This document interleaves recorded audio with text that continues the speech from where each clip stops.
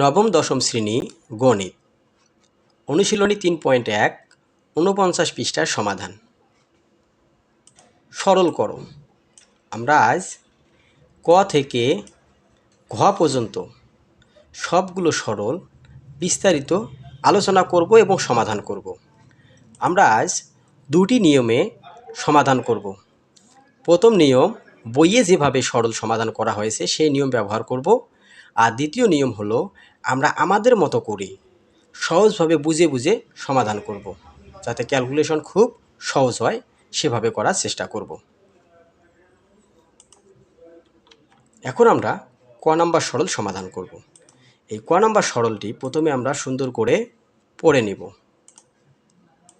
7p + 3q - 5r whole square minus 2 into 7p + 3q - 5r into 8p - 4q - 5r plus 8p - 4q - 5r whole square. এখন এই যে সরলটা আমরা বুঝে পড়লাম, পড়ে কি বুঝলাম? পড়ে বুঝলাম যে এখানে যে প্যাটার্নটা দেখা যাচ্ছে, এই সম্পূর্ণ সরলটার মধ্যে যে প্যাটার্নটা দেখা যাচ্ছে, এই প্যাটার্নটি হলো a square minus 2ab plus b স্কোয়ারের মতো। তাহলে যদি এরকম হয় তাহলে এটাকে আমরা কিভাবে লিখতে পারি? আমরা যেরকম a minus B whole square equal a square minus 2ab plus b square লিখতে পারি, ঠিক একইভাবে a square minus 2ab plus b square equal a minus B whole square লিখতে পারি। তো প্রথমে আমরা কি করব, বইয়ে নিয়মে করার জন্য অর্থাৎ বইয়ে যেভাবে দেয়া আছে সেভাবে করার জন্য এই 7p + 3q - 5r equal a ধরে নেব। কি ধরে নেব? ইকুয়াল a ধরে নেব এবং 8p - 4q - 5r equal b ধরে নেব, নিয়ে ক্যালকুলেশন করব। যেহেতু আমরা এই 7p + 3q - 5r equal a এবং 8p - 4q - 5r equal b ধরে নিয়েছি, সুতরাং প্রদত্ত রাশি a square minus 2ab plus b square এটা কীভাবে পেলাম? এই যে এখানে 7p + 3q - 5r, এই যে এই সমীকরণে মানগুলো বসিয়ে আমরা এটা পেলাম। এখন আমরা a square minus 2ab plus b স্কোয়ারকে লিখতে পারি a minus b whole square.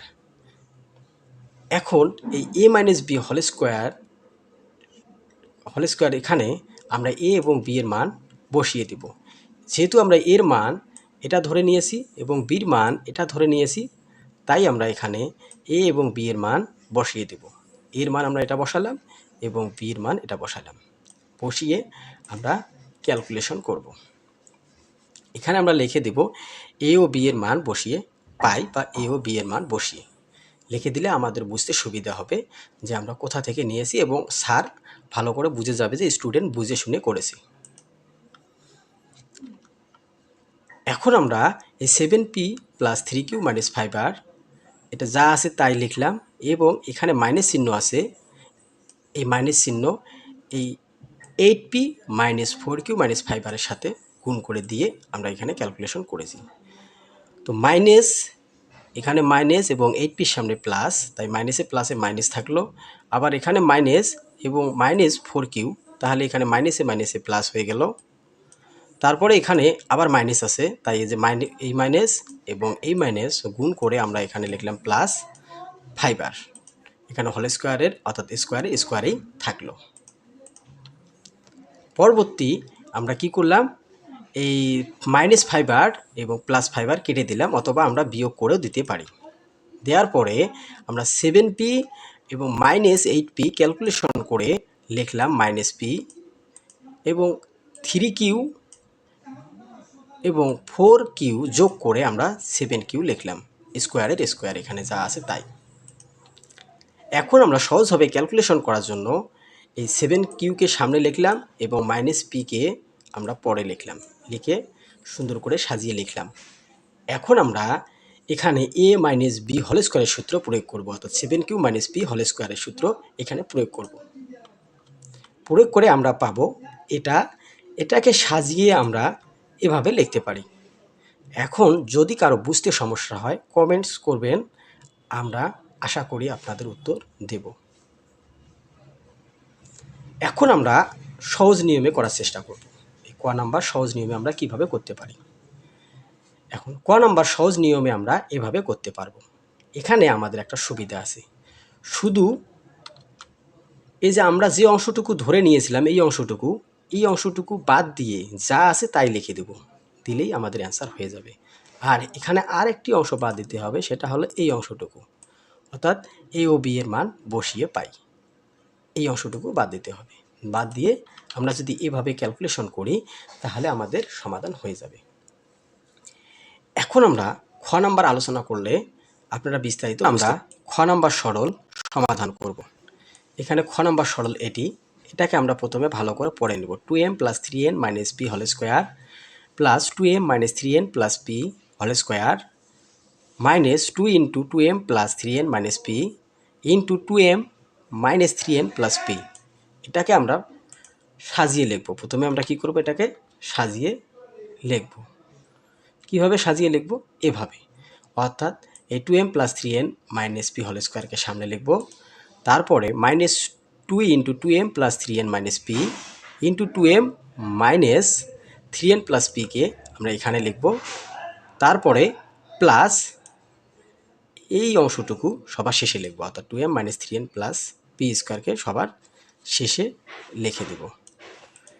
এখন আমরা দেখতে পারতেছি এই যে এখানে যে আমাদের একটা প্যাটার্ন তৈরি হয়েছে, এটা দেখতে A square minus twice AB plus B স্কোয়ারের মতো। তাই আমরা এখানে A square minus twice AB plus B square সূত্র প্রয়োগ করে আমরা লিখব এটা 2m plus 3n minus P, এটা হলো এর মান, অর্থাৎ এটা এর মতো আচরণ করবে এখানে, minus 2m minus 3n plus P, এটা বির মতো। তাহলে আমাদের দেখা গেল যে এই সূত্রের সাথে এটা আমাদের মিলে গেছে। এখন আমরা এটাকে সাজিয়ে এভাবে লিখব। তারপরে আমরা এখানে ক্যালকুলেশন করব 2m, এই 2m কেটে দিতে পারি অথবা বিয়োগ করে দিতে পারি। তারপরে আমরা পাবো এই 3n যোগ 3n, এখানে হলো 6n মাইনাস এই minus P R minus P, এই দুটোকে ক্যালকুলেশন করা হয় মাইনাস 2p। এখন এখানে আমরা এ মাইনাস বি হোল স্কোয়ারের সূত্র প্রয়োগ করে এটা পেয়েছি, এই লাইনটা পেয়েছি। এখন এটা কিভাবে হলো আপনারা বিশ্লেষণ করে না পারলে আমাকে বলবেন, আমি বলে দিব। তারপরে এই 6n হোল স্কোয়ারকে ক্যালকুলেশন করে আমরা 36n স্কোয়ার পেয়েছি, মাইনাস 2 ইন্টু 6n ইন্টু 2pকে ক্যালকুলেশন করে আমরা পেয়েছি 24np যোগ এই 2p স্কোয়ারকে আমরা ক্যালকুলেশন করে পেয়েছি 4p স্কোয়ার। এটাই খ নাম্বারে। এখন আমরা গ নাম্বার সরল খুব সহজ নিয়মে সমাধান করব। এখানে আমরা যদি একটা জিনিস মনে রাখি, সেটা হলো এখানে 6.35 এই যে বিন্দু আছে, এই বিন্দুটা হলো দশমিক বিন্দু এবং এখানে গুণন চিহ্ন আছে, এটাকে আমরা গুণন হিসেবে ধরে ক্যালকুলেশন করব। যদি আমরা কখনো এই দশমিক বিন্দুকে গুণন হিসেবে ধরে ক্যালকুলেশন করি তাহলে আমাদের উত্তর মিলবে না। তো আমরা এখানে এই যে দশমিক বিন্দু ধরেই ক্যালকুলেশন করব। এখানে আমরা কখনো গুণন ধরব না, এখানে গুণন আমাদের আলাদা করে দেয়া আছে। তাহলে আমরা কি করব, এখানে আমরা একটু ভালো করে পড়ে দেখি।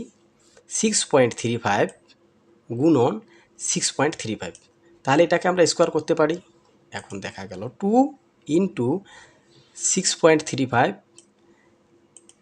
ইন্টু 3.65, তাহলে এই যে 6.35 যদি এ হয় এবং 3.65 যদি বি হয়, তাহলে এটা আমরা দেখতেছি যে কোন সূত্রের সাথে মিলে যাচ্ছে, A square plus twice AB plus B square, এই সূত্রের সাথে মিলে যাচ্ছে, অর্থাৎ A square plus twice AB plus B square equal A plus B whole স্কোয়ারের সূত্রের সাথে মিলে যাচ্ছে। তাহলে এখন আমরা কি করব, এখন আমরা করব এই যে এই দুটো গুণ করে 6.35 স্কোয়ার প্লাস 2 ইন্টু যা আছে এটুকু আমরা লিখে দিলাম, এখানে যতটুকু আছে এটুকু যা আছে তাই লিখে দিলাম। এখন এইদিকে 3.65 গুণন 3.65, এই দুটো গুণ করে 3.65 স্কোয়ার হয়ে গেল। আমরা এটা লিখব। লেখার পরে আমরা এখানে এই যে A square plus twice A B plus B square equal A plus B whole square এই সূত্র প্রয়োগ করব। এখন আমরা পরবর্তী লাইনে চলে যাই। পরবর্তী লাইনে আমরা কি করব, যেহেতু এ square plus twice A B plus B square এই সূত্র আমরা প্রয়োগ করলাম, তাই এটাকে আমরা লিখতে পারি, অর্থাৎ এই সম্পূর্ণ অংশটাকে আমরা লিখতে পারি 6.35 প্লাস 3.65 হোল স্কোয়ার। এখন এটাকে আমরা পরবর্তীতে কি করব, ভিতরের অংশটুকু যোগ করে দেব, অর্থাৎ 6.35 প্লাস 3.65 এটাকে যোগ করে দেব, আর স্কোয়ারের জায়গায় থাকবে। যোগ করে আমরা পেলাম 10, তার উপর স্কোয়ার। এখন 10 স্কোয়ারকে আমরা ক্যালকুলেশন করে পাই 100। এটাই হলো আমাদের গ নাম্বারের। এখন আমরা ঘ নাম্বার সমাধান করব। উপরে সরলটিতে আমরা দেখতে পাইতেছি যে 2345 গুণন 2345 বিয়োগ 759 গুণন 759, নিচে 2345 বিয়োগ 759। এটাকে আমরা উপরে যেহেতু দুইটা একই, তাই উপরের অংশ আমরা স্কোয়ার দিয়ে দিলাম, এবং এই দিকে 759 গুণন 759 এই দুইটা একই, তাই আমরা এটাকে স্কোয়ার করে দিলাম। দেওয়ার পরে নিচে যা ছিল আমরা তাই লিখলাম। এখন আমরা এখানে A square minus B square সূত্র প্রয়োগ করব, কারণ এটা 2345 স্কোয়ার বিয়োগ 759 স্কোয়ার। তাহলে এটা কোন সূত্রের সাথে মিলে যাচ্ছে, A square minus B square equal A plus B into A minus B. এখন তাহলে আমরা এখানে এই সূত্র প্রয়োগ করব, প্রয়োগ করলেই আমাদের সমাধান হয়ে যাবে। এখন আমরা এখানে A square minus B square সূত্র প্রয়োগ করে এটা পেলাম 2345 প্লাস 759 ইন্টু 2345 মাইনাস 759, নিচে 2345 মাইনাস 759। এখন আমরা উপর নিচে কেটে দিলাম, বাকি থাকলো 2345 প্লাস 759, এটাকে আমরা পরবর্তীতে যোগ করে পাবো 3104। এটাই অ্যান্সার। এভাবে আমরা সমাধান করব, তাহলে আমাদের জন্য খুব সহজ হবে। আমরা বুঝে বুঝে ক্যালকুলেশন করব, তাহলে আমাদের এগুলো অনেক সময় ধরে মনে থাকবে। যদি ভিডিওটি ভালো লেগে থাকে তাহলে সাবস্ক্রাইব করতে ভুলবেন না। আপনাদের অসংখ্য ধন্যবাদ।